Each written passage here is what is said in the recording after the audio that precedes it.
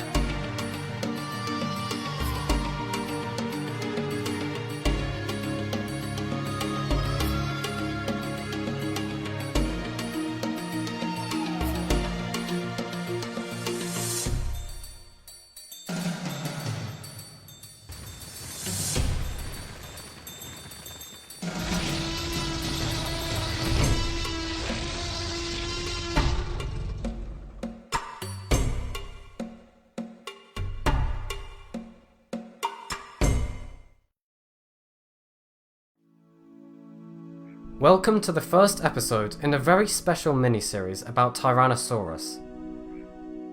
As one of the most well-studied and well-understood members of Dinosauria, or any pre-Pleistocene fauna in general, there is a lot to cover on Tyrannosaurus, so let us not dilly-dally. This enormous beast has a lot of information to back up what our image of it is in today's scientific academia. The first remains of Tyrannosaurus were not attributed to the nomenclatural name of Tyrannosaurus Rex. The remains of Tyrannosaurus were also discovered during the 1800s and the Bone Wars. Therefore, the paleontological rules and procedures had not yet been refined. With few exceptions, every single fossil with even the slightest difference to any other fossil was determined to be of a different animal regardless of age and location. Secondarily, the paleontologists of the time, especially Edward Drinker Cope and Othniel Charles Marsh, strived to find and name as many new taxa as they could, regardless of whether or not the animals they were finding had already been found. Fame and notoriety is what they sought. The point of this matter is that the first remains of Tyrannosaurus were not named Tyrannosaurus Rex.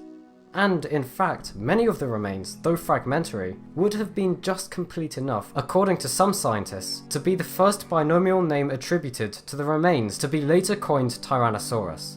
In effect, were it not for the fearsome presence the name Tyrannosaurus Rex has, we'd be calling the animal something very different.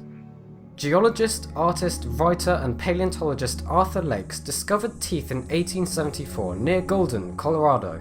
These teeth were given neither scientific name nor description. Dubbed fossil saurian tooth, numerical designation YPM4192, these underestimated fragments and sketches of the teeth by local civic leader Edward Berthoud were sent to the famed paleontologist Othniel Charles Marsh of the Yale Peabody Museum in New Haven, Connecticut, where they remain to this day, having never seen a formal description until it was re-examined by paleontologist Kenneth Carpenter of the Denver Museum of Nature and Science in 2002, and determined not only to come from the infamous taxon T-Rex, but also to be the very first fossil remains ever found of the beast, an unremarkable discovery that would turn out to be the first clues that paleontology was onto something big, something with teeth, really, really big teeth. Many years passed until more material was uncovered. In 1888, geologist George L. Cannon had found pieces of jawbone in the Denver Basin, the same locale as the first teeth fossils. Unfortunately, the fossils he saw or found are unavailable to us for unknown reasons. But that was the end of the Tyrannosaurid fossils without proper descriptions, for from this point in history forward, plenty more fossil remains would be recovered, both fragmentary and nearly complete. In 1890 and 1891, paleontologist John Bell Hatcher found a good assemblage of parts and pieces. All in all, he found a partial right metatarsal, left femur, tibia, partial fibula, and a right ilium. In 1896, these fossil remains were analysed by Othniel Charles Marsh, who determined them to belong to the taxon Ornithomimus grandis. He saw the large size of these remains and determined them to belong to an ornithomimosaur that was one of the destructive enemies of the herbivorous Ceratopsidae.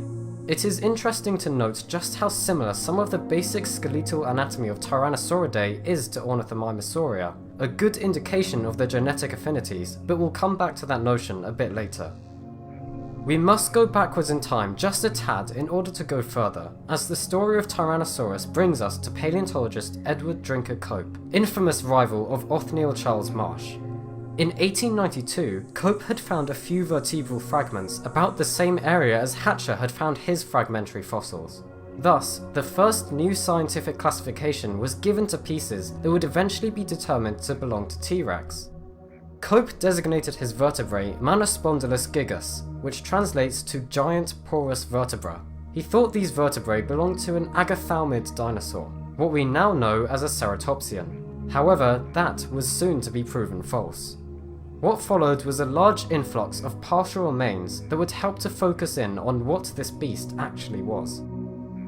In 1900, Henry Fairfield Osborn of the American Museum of Natural History sent paleontologist Barnum Brown out to the same areas of Wyoming that were explored by John Bell Hatcher in search of the remains of Triceratops for display within the museum. However, on top of bits of Triceratops, Barnum Brown and his crew discovered much more.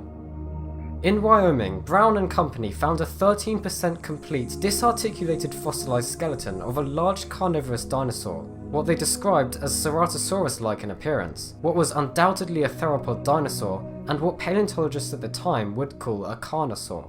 These remains were named Dynamasaurus imperiosus, the powerful imperial reptile. And boy, what a monster this creature would have been. That is, if the remains found were really of the animal it was thought to belong to. Unfortunately for us, there was more than just Tyrannosaurus remains found in this specimen, which is why the people who found it thought it was like nothing we'd ever seen before. The specimen included lower jaws, teeth, cervical and dorsal vertebrae, ribs, part of the hips, and pieces of limbs from a carnivorous dinosaur, but also dermal plates and teeth from an ankylosaur, now considered a nodosaur, as well as the teeth and jaws of a hadrosaur, the frill of a ceratopsian, fish scales, and a multitude of indeterminable fossil remains. Osborn named it Dynamasaurus due to the osteoderms found with it, which were thought to cover the animal in life, before it was found that they belonged to a completely different animal. Essentially, the finders thought they had discovered what Hasbro would eventually call the Ultimasaurus. In 1902, another skeleton had been found by Barnum Brown in the Hell Creek Formation of Montana. This specimen went on to be designated CM9380. Osborn named this creature Tyrannosaurus Rex, the Tyrant Lizard King. However, Henry Fairfield Osborn used both the specimen of Dynamisaurus and Tyrannosaurus in the same paper describing them both, essentially as two distinct organisms. It was not until 1906 that he synonymized them both into the same taxon, as they both showed signs of belonging to the same kind of animal. Thus, the internationally acclaimed and culturally pervasive name that sparks a sense of awe and bewilderment in the world was born: Tyrannosaurus Rex. According to the rules of scientific nomenclature, the first name attributed to fossil remains will always be held in first regard. Therefore, technically, Tyrannosaurus Rex should be invalid, and the name first given to the remains of this animal would be its true name, Manospondylus gigas, especially since neither of the two taxa were formally synonymized. Manospondylus, huh? Doesn't really have the same ring to it, does it? Well, thanks to the perpetuated use of Tyrannosaurus Rex, it has taken priority as a nomen protectum, or protected name. Barnum Brown continued his search for more Tyrannosaurus specimens. In 1908, he found a 48% complete skeleton of the animal in Dry Creek, Montana, which included the most complete skull yet found. This specimen was designated AMNH 5027 and was the most complete mounted specimen to be displayed for quite some time. Described by Osborn in 1912 and 1916, the find consisted of mostly complete skull, cervical, dorsal and sacral vertebrae, 18 caudal vertebrae, chevrons, cervical ribs, dorsal ribs, ilia, ischia and pubes. This specimen, having much of its spinal column intact, gave a better image of what the animal was like, and would later be a clue that it belonged to a separate family aside from the Jurassic carnosaurs that paleontologists of the time lumped all theropods into. By 1912, 8 skeletons had been recovered. Not many more skeletons were found with as great a frequency until the 1980s, as had been found up to the 1910s. What follows is a comprehensive list of all fossil specimens referable to Tyrannosaurus Rex, in the order in which they were found. Huxley, 1946. Completion, 16%. In 1946, paleontologist Charles Sternberg found fragments of a Tyrannosaurus outside the town of Huxley along the Red Deer River, Alberta. Unfortunately, he only found bits and pieces and concluded that it had been washed away without enough left behind to justify excavation. Found within the Scollard Formation, paleontologist Philip Curry, then of Provincial Museum of Alberta, went back to the locale and found the rest of the specimen in 1981. At 16% complete, Curry found a small fragment of the skull known as the postorbital, as well as neck and back vertebrae, various pieces of the pelvis, and bits of the legs and feet. Harley, 1966. Completion, 12%. In 1966, paleontologist Harley Garbani, along with his team from the Natural History Museum of Los Angeles County, discovered a fragmentary skeleton with a somewhat complete skull in the Hell Creek Formation of Jordan, Montana. The remains included the right scapula, coracoid, ulna, both ischia, right femur, tibia, right foot, and 2 phalanges from the left foot. Designated Harley, this skull was the largest known at the time and the largest to be displayed, a rather mature individual. MOR 008, 1960s. MSU geologist Bill McCannis found fragments of a Tyrannosaurus skull and bits of the vertebrae in the late 1960s in the Hell Creek Formation. It had undergone reconstruction in the 1980s, finishing in 2006. This skull, designated MOR 008, is absolutely enormous and potentially larger than that of the famous Sioux specimen. Though the way in which it was reconstructed may be a tad bit flawed, thus the true size may be smaller. More on that later though. It is currently on display at the Museum of the Rockies in Bozeman, Montana. Modbutte TRex, 1980. Completion, 27%. Discovered in 1980 by rancher and amateur fossil collector Jennings Floden, the Modbutte TRex was found on the Discoverer's Ranch and is mostly skull and spinal material. This specimen comes from the Hell Creek Formation of South Dakota and resides in the Museum of Geology, where it has been in the process of being prepared ever since. Black Beauty, 1980. Completion, 28%. One beautiful morning in 1980, on a fishing trip in Crow's Nest past Alberta, Jeff Baker and his friend came across something incredibly remarkable. The bone of a prehistoric beast. This bone belongs to Black Beauty, an adult Tyrannosaurus with a 28% complete skeleton. Excavation began in 1982 and it is one of the most well-known Tyrannosaurus mounts alongside Sue and the American Museum of Natural History's centerpiece. The specimen is jet black due to the type of minerals that leached into the bones during fossilization. Sampson, 1987. Completion 40%. This specimen was originally found on private land in South Dakota in 1987 by Michael Zimmerscheid. Him and other paleontologists had initially determined it to have washed away without a trace.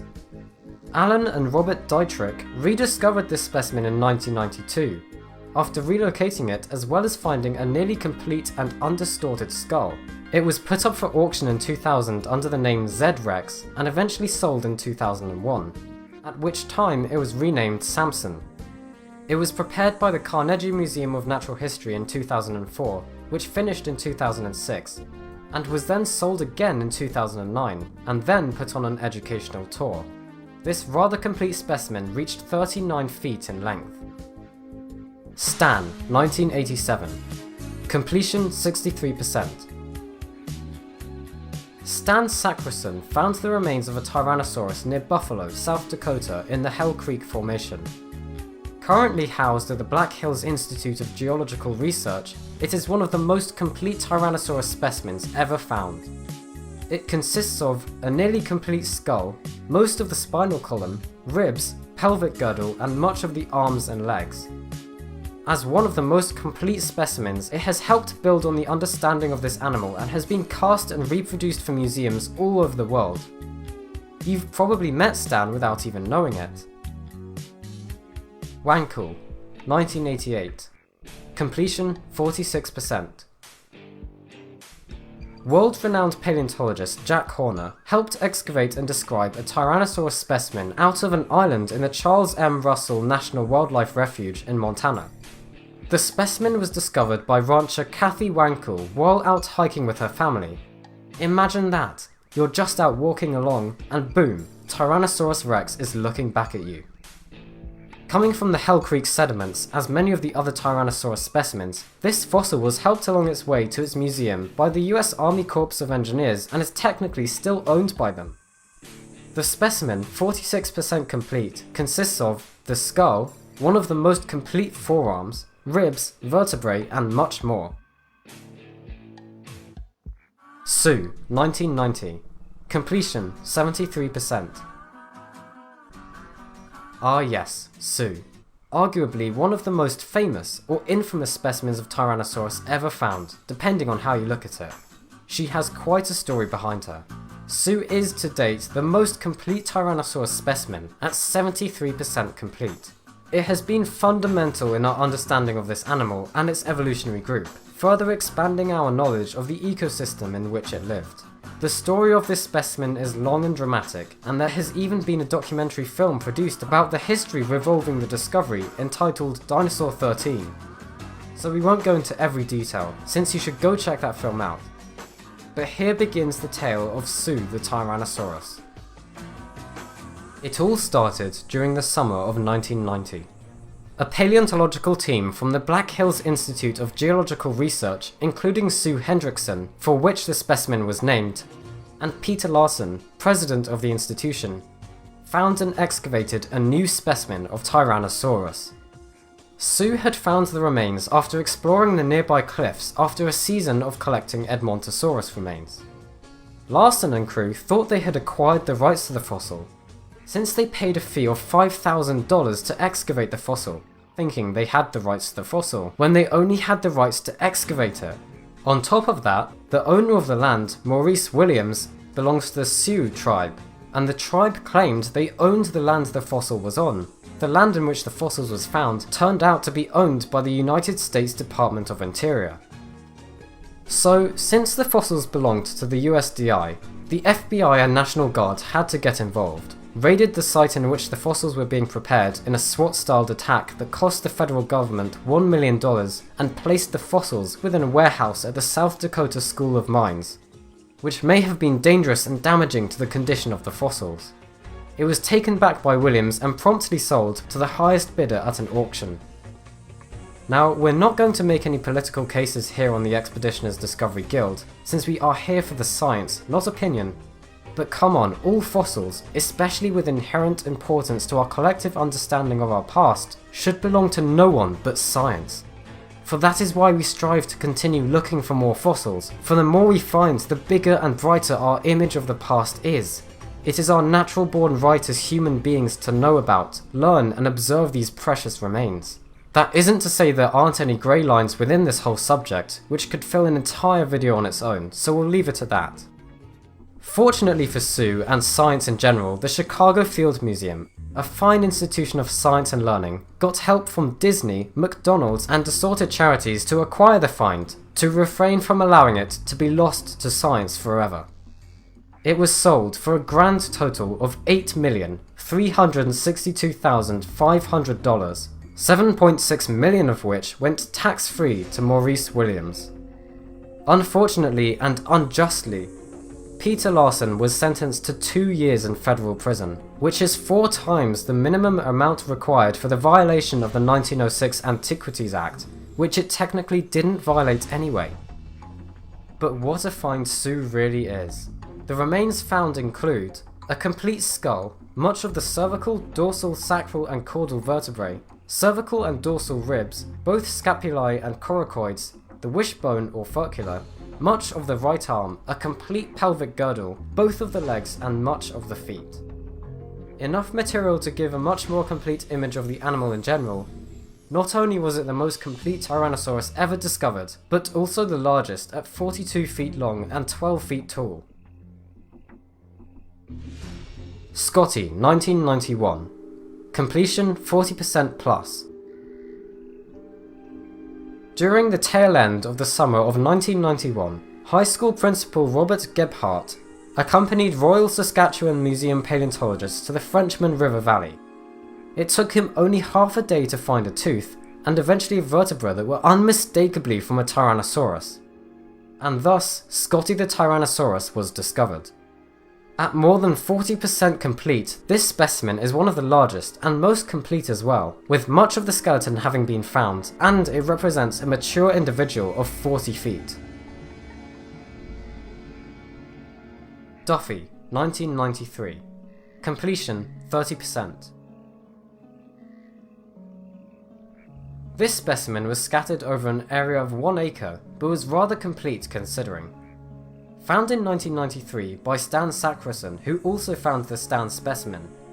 It had a 70% complete skull and represents an immature individual of roughly adolescent age.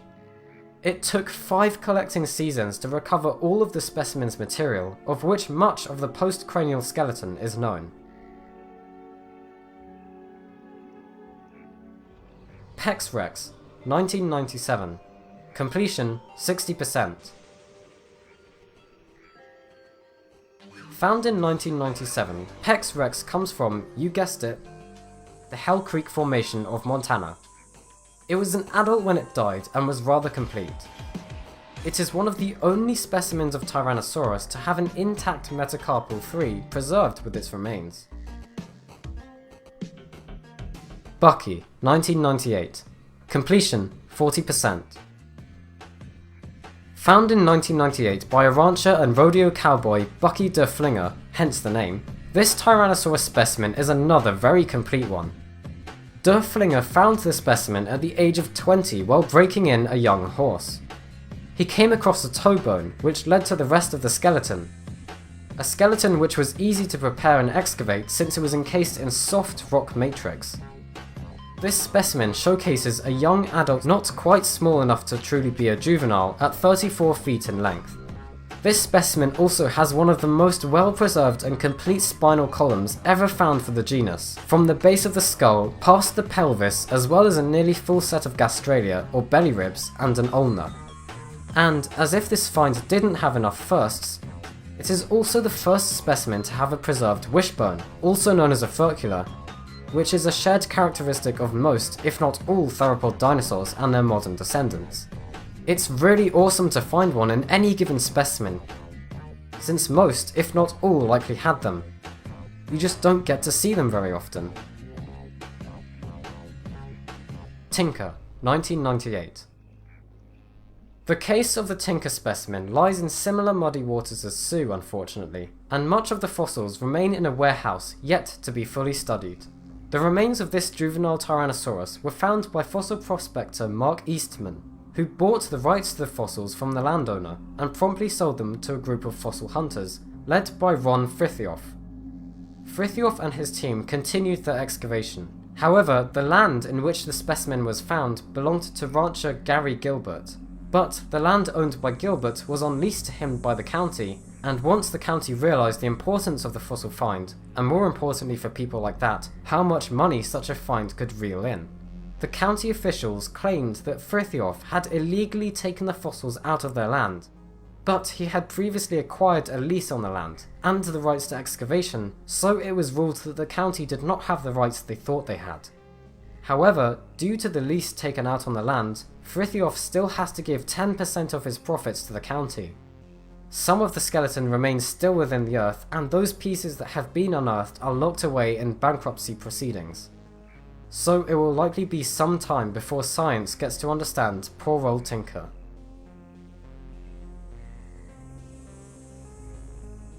B-Rex, 2000. Completion 37%.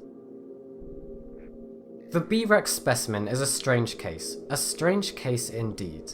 Although not the most complete, at 37%, it holds a handful of intriguing and technique-changing observations that have helped progress the science of paleontology to some degree. This specimen was discovered by fossil preparator Bob Harmon in 2000 in Hell Creek Formation of Montana in Charles M. Russell National Wildlife Refuge. Much of the overall skeleton was found well preserved, though not much of it complete. The entire skull was found in pieces, and much of the torso was recovered as well. The marrow cavity of one of the leg bones of this specimen was intentionally exposed due to Mary Schweitzer's breaking of the fossil for shipping. After being examined, it was found that the inside preserved what appeared to be fossilized soft tissue, and upon further inspection, fossilized blood vessels and cells. What a beautiful thing. We can see what the blood of an ancient animal looked like. A pristine find. At the time of this particular discovery, it was hypothesized that it could either be fossilized blood and soft tissue, or permineralized biofilm produced by bacteria that had been digesting and breaking down the specimen prior to fossilization. However, the debate was put to rest in 2016, when Schweitzer et al. Analyzed the soft tissue and found it to be medullary bone. Medullary bone is a very special type of bone produced within the bones of birds when they are ready to produce their eggs, as a backup reservoir of calcium, which makes up the shell of the eggs.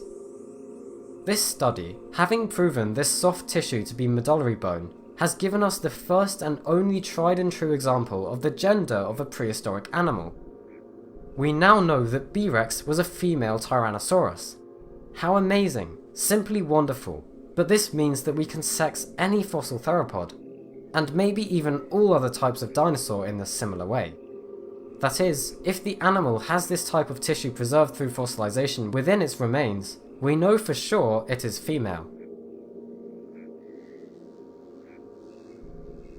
Warrick, 2002. Completion 38%. Found by policeman and amateur fossil collector Dan Wells and landowner Don Warrick, this specimen is quite unique. Like most, and pretty much all Tyrannosaurus specimens found in the Hell Creek Formation of South Dakota, it was excavated and prepared by the Black Hills Institute. This specimen was one of the first to be shown excavated live on the Institute's website. Something more organizations need to do, to be honest. This specimen consists of 2 nearly complete legs and feet, and pieces of the skull and torso. A rare find for Tyrannosaurus specimens is complete feet, or more than just bits and pieces, and this specimen had this. Another unique thing about the Warrick specimen is its preservation of skin impressions. That's right, we can get a better image of what the outside of Tyrannosaurus looked like.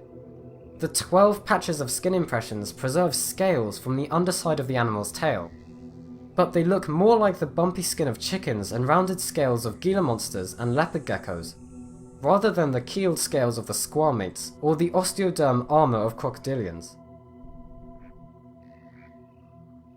Thomas, 2003. Completion 37%. Thomas the Tyrannosaurus was found by schoolteacher and amateur fossil collector Bob Curry in 2003. The specimen was found in the Hell Creek Formation of Carter County, Montana, and was excavated and prepared by a crew from the Natural History Museum of Los Angeles County, where the specimen remains to this day. 37% complete, the specimen contains complete legs and feet, many parts and pieces of the skull, and an assortment of ribs and vertebrae.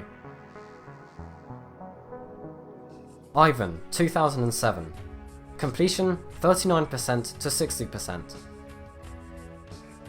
Found by Alan Komrosky in 2007, this specimen is another of the more complete ones, with the most complete tail of any known Tyrannosaurus specimen, with only 3 vertebrae missing. This specimen was likely 18 years of age at death, and represents a large individual. Since no scientific analysis has been done on this specimen and the specimen itself shares some interesting morphologies, it is uncertain if it truly represents an individual of the species Tyrannosaurus Rex. It may be found to be a new species of Tyrannosaurus, but Stephen King of the Museum of World Treasures in Wichita, Kansas, has taken the job of describing the specimen. Those at the Museum of World Treasures have asserted that Ivan is indeed a Tyrannosaurus Rex, but it is still as yet not known for sure. Tristan, 2010. Completion 56%.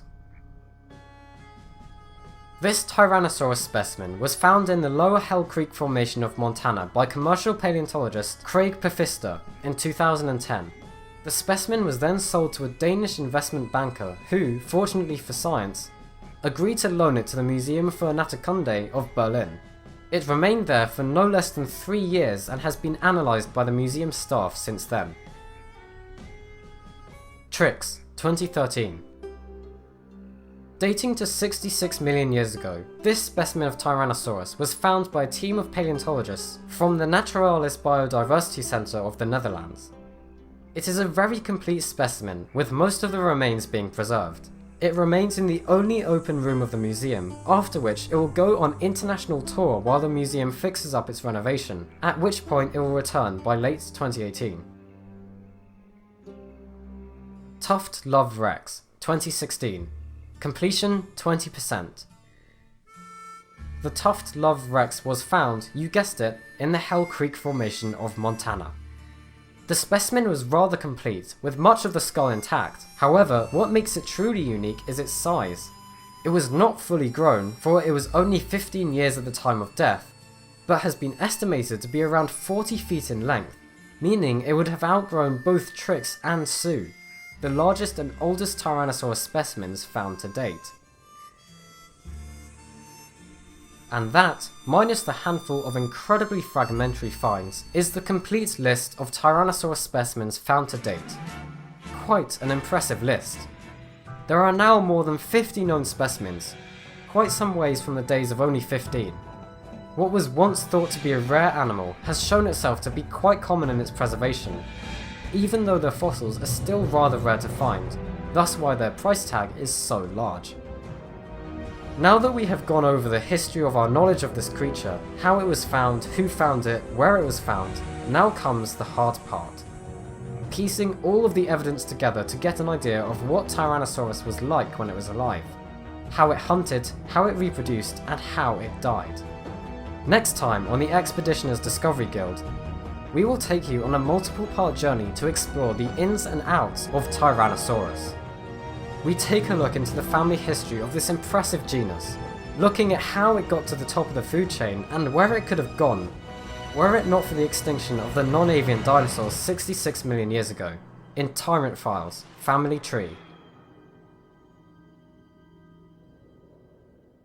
To watch the rest of this series, head over to the Expeditioners Discovery Guild Enterprises channel, where the upcoming episodes of Tyrant Files will be uploaded. This channel is a great place to watch all kinds of other paleontology related videos too, and they also cover many other subjects such as geology, cryptozoology, xenobiology, and speculative evolution. If you like the kind of content we make here, you're sure to enjoy Edge too, so be sure to go and check it out if you haven't already. It's a wonderful community of people who share the passion for and fascination with the natural world that we have on this channel.